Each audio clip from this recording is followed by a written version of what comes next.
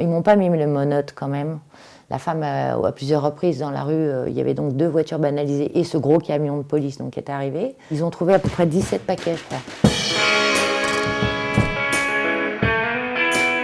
C'est un beau chêne, ça. Quand j'étais petite, je montais dans l'arbre. Bah, maintenant, je monte plus, je suis trop vieille.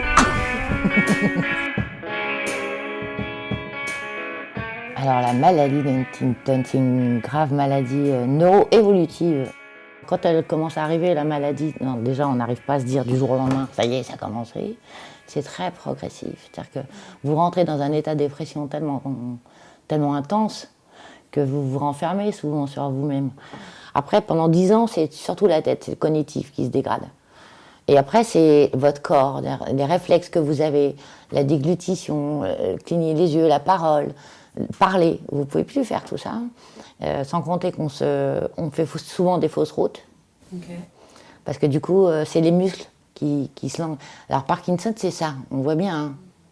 Nous, c'est que ça part tout seul en fait. C'est pas commandé, ça part tout seul.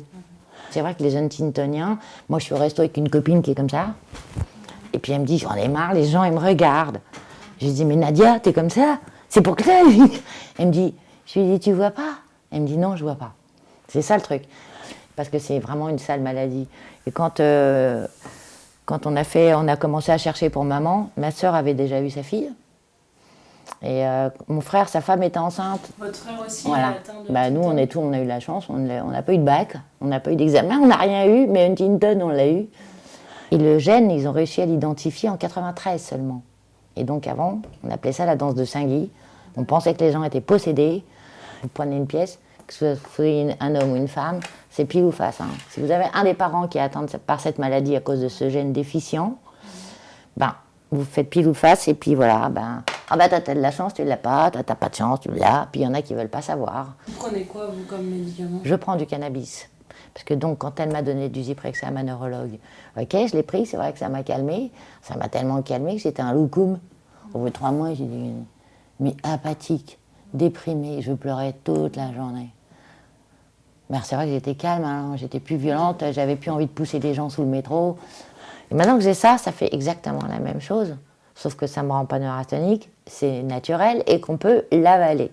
On peut l'avoir sous forme d'huile, sous forme de gâteau. Maintenant, ils font plein de choses parce qu'évidemment, il ne faut pas fumer, c'est pas bon de le fumer. Je suis entièrement d'accord. D'ailleurs, moi, j'aimerais bien arrêter de fumer. Et donc, c'est pour ça que j'ai fait pousser autant de cannabis cette année et que je me suis fait arrêter parce que j'ai été dénoncée par une crétine de voisine, je pense. Là, ils ont débarqué à presque 15. Parce qu'ils ont mis un petit peu la pression à mon frère qui partait faire des courses. Et du coup, c'est lui qui a ouvert le portail. Sinon, le portail est systématiquement fermé. Et là, ils arrivent devant la porte, masqués et tout. En plus, c'est impressionnant, hein. Tout masqué. Puis alors, comme ils sont, hein. Il y en a un, il m'a carrément cassé la porte de la chaufferie derrière. Parce qu'il voulait voir ce qu'il y avait à l'intérieur de la chaufferie. Alors que vous leur avez vous-même mais bien sûr. Et puis de la manière dont ils ont fait, ils m'ont démonté toute ma tente. Ouais, vous faites pousser du cannabis, ça sent. Je dis, ça, c'est pas possible, ça ne peut pas sentir. Le cannabis était dans le jardin, moi j'ai laissé, parce que je veux arrêter de fumer, donc il me faut de la matière pour pouvoir faire mes gâteaux, mes tisanes et l'huile. Et je n'en vends pas, moi, c'est pour moi, c'est ma santé à moi. Ça m'a tellement fait flipper, les flics, ils étaient comme ça. Hein. Et si je ne montre pas que j'ai des signes, personne ne me croit. Parce qu'évidemment, cette maladie, elle est tellement à l'intérieur qu'on ne voit pas. Puis tant mieux, parce que le jour où ça va se voir, moi, il est bien sûr hors de question que je perde mon autonomie. Eh bien moi, si j'ai trouvé ce qui fonctionne, le CBD et le cannabis, mais je suis désolée, personne ne m'empêchera de refaire pousser du cannabis et du chanvre dans mon jardin. Et je vais en refaire. Et votre procès, c'est prévu Mon pour procès, c'est vendredi, là. Et vous êtes confiante pour le procès? Complètement. Je sais qu'ils le savent. Il faut juste qu'ils parlent entre eux.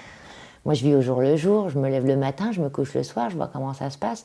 Je suis vraiment très particulière là-dessus. Mais ça, tout ça pour dire quoi, je ne sais plus. Ça, c'est une Huntington, ça, c'est la classe. Quand vous êtes en rendez-vous, c'est classe. Donc, ils étaient là, hein. En plus, avec les murs de briques, ça fait chaud. Donc, elles sont bien, les plantes, là. Et donc, il y avait un pied et un pied de tomate. Un pied de cannabis, un pied de tomate. Un pied de cannabis, un pied de tomate. Ça pousse très, très bien. Là, on a de la menthe, on a plein de choses. On met plein de choses de naturel ici.